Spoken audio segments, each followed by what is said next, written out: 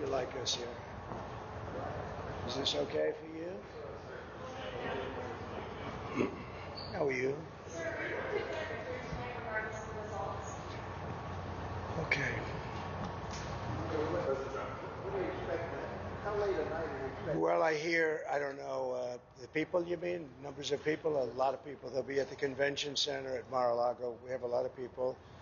I've just been very honored to find out that the lines are long, and the conservative lines, the Republican lines, are very long.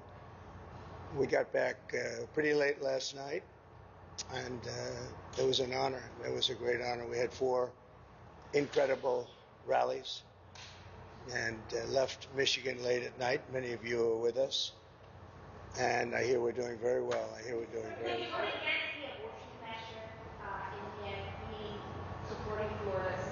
We did a great job in that. We brought it back to the states, as you know.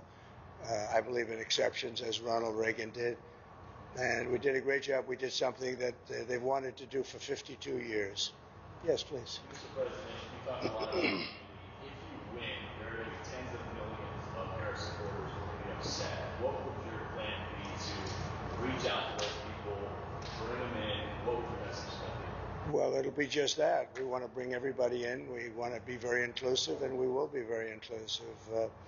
We have a great country, but we have a country that's in trouble. It's in big trouble in many ways, and we have to straighten it out. We have crime is through the roof. We have people pouring through our borders that are not exactly perfect.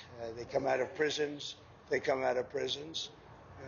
13,000 people convicted of murder.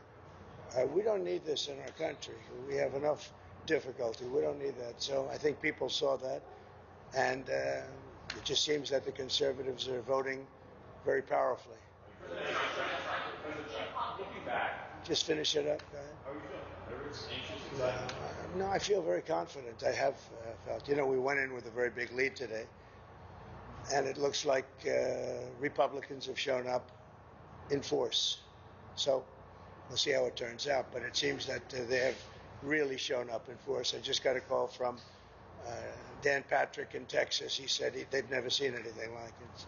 It's been very good. Looking back, is there anything you would do differently about your campaign? Anything you regret about your campaign? Look, regrets. You always have regrets. I can't think of any, to be honest, to use her expression. I can't think of any.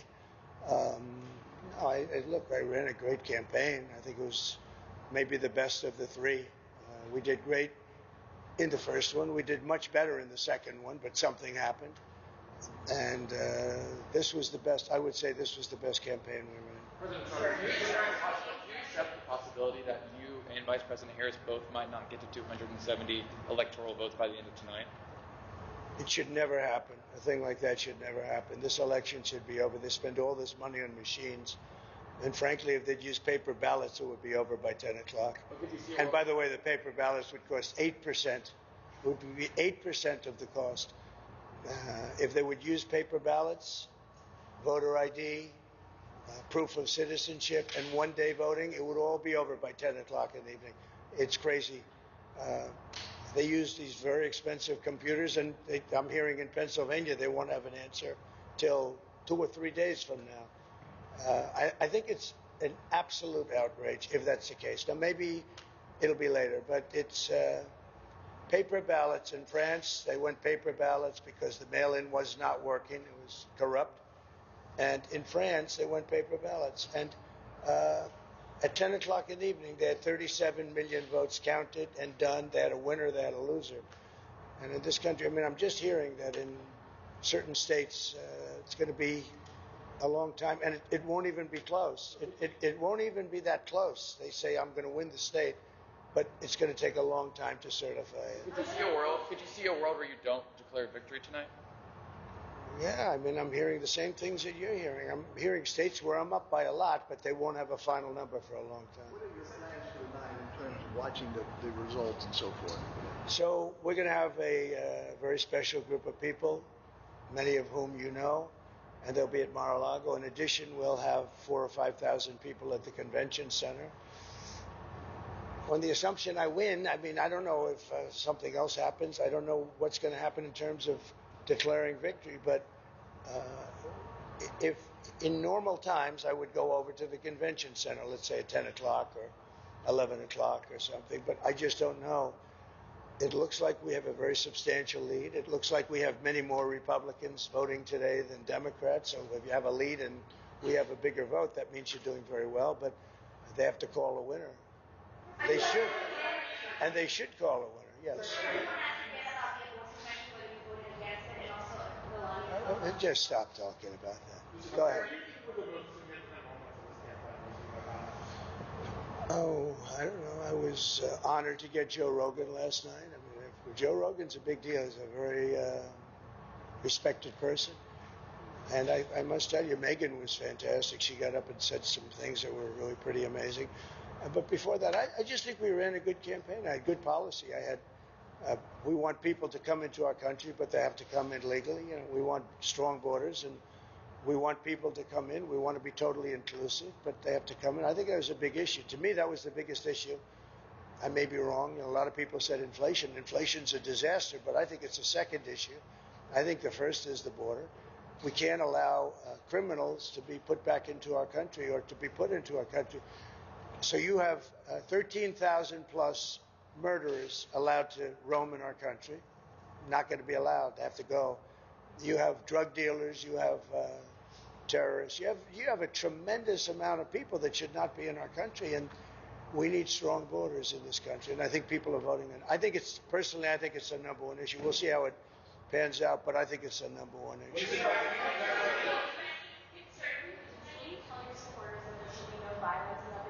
I don't have to tell them that. I don't have to tell them that there'll be no violence. Of course there'll be no violence. My supporters are not violent people.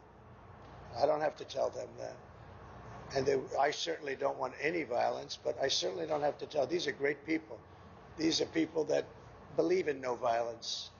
Unlike your question, you believe in violence. Go ahead. Where will you be looking early to see if you're having a good night or not? What's your goal? Well, I think I'll be at Mar-a-Lago for the most part. We have a lot of political professionals. I'm going over now with Melania, who I'm very proud of. She's got the #1 bestseller. Can you believe that? He can believe it. But so we're very proud of the job she's done with that. Her book is #1. But we're going to go over to the office in West Palm, and we're going to say hello to the workers. They've worked very hard. Will Georgia kind of be your first indication of whether it's going to be a good I think so. I mean, I hear we're doing very well there in Georgia. I hear we're doing very well. I hear we're doing very well everywhere. Now, I may regret that statement, but I'm hearing that we're doing very well. Would you go louder?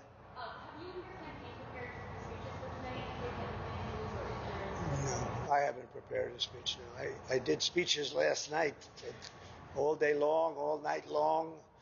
At 2 o'clock in the morning, we left, and we did a lot of speeches. You can probably tell. No, I don't have to do that. I'm not a Democrat. I'm able to make a speech on pretty quick notice. If I win, I know what I'm going to say, and I don't even want to think about the losing part. I would like to tell all of the people that are online to stay online. We have tremendous Republican lines, and I've been asked actually to say it. It takes a while. I'd like to just make the statement that I'd like the Republicans to stay online. Democrats, if they'd like, they can leave. But I'd like the Republicans to stay online. Any additional pressure today, given criminal cases against you that would proceed if you lost or go away if you won? I have no pressure whatsoever. I'm winning big cases. Those cases are all being won. The biggest case was the Florida case, and it's been won. I appreciate your nice question. Sir, you and Mrs. Trump have been doing No this pressure whatsoever. for 9 years. Regardless of what happens tonight, is this your last campaign? Are you done after this? Yeah, I would think so. I would think so. How do you feel about it? Sad and very fulfilled. I think we're going to have a very big victory today. Mrs. Trump, how are you feeling? Very good, thank you. Thank you. If you win, do you have a plan in place to start naming staff and have We have already a transition team. But I don't like talking about that until I find out how we do. I mean, So, how does this sort of threats from Iran and sort of assassination attempts sort of shape your thinking on the subject, right? well, it doesn't. Look, we're not looking to do damage to Iran, but they can't have a nuclear weapon. That's my terms are very easy. They can't have a nuclear weapon. I'd like them to be a very successful country, but they just can't have a nuclear weapon. Does it change the way you live? All the threats and. Well, I think Secret Service has been a little bit tougher, to put it mildly. I see more machine guns than I've ever seen in my life. We're surrounded by. I feel very confident with Secret Service. I think they've stepped up. Look, for a long time, they didn't give us the help. They didn't give us the assets, as they say, the manpower, woman power. They didn't give it to us. And we'd have rallies. You saw the rallies, 50, 60,000 people. And I'd have less people than Joe Biden, who had 5 people show up. And I'd have 55,000 people show up, and I had fewer people than him. So they should have done a much better job. And frankly, the president should make a very strong statement to the outside world, because How are you feeling about your season heading to the last day? I think my team is incredible. Look, they say it's the best run campaign they've seen. Some people said it's the best run campaign they've ever seen. But in order to make that stick, you have to win. How do you feel compared to your past campaigns? Are you more confident now than you were about your team than you were in the last 2 races? My team, I'm very confident in. Many of them are the same players. As you know, Susie, a lot of the people are the same players, have been very good. Mr. President, Oprah said at Harris's rally last night, quote, "If we don't show up tomorrow, it is entirely possible we won't be able to capture ballot again." Well, I think it's ridiculous. Oprah, I was on her last show, or one of her last shows, and they picked the biggest people and all of that, and made a big deal. And I'm disappointed. I think Oprah's become a major divider in our country. And I think, frankly, she should be ashamed of herself. And you know who else should be ashamed? Fox. Because I've seen Oprah on Fox about 50 times making the same statement. And I think it's a disgrace what Fox does, because everyone thinks Fox is so pro-Trump. They're not pro-Trump at all. They've put Oprah on all morning long. That's all I see is Oprah. And, I knew Oprah very well. She's been in Mar-a-Lago many times. Roger King had his funeral. That's the head of King World, which was Oprah's mentor. And Oprah chose the location. She said, Mar-a-Lago is the most beautiful place. Would it be possible to have Roger's funeral at Mar-a-Lago in the ballroom? We did it. The only time I've ever had a funeral there.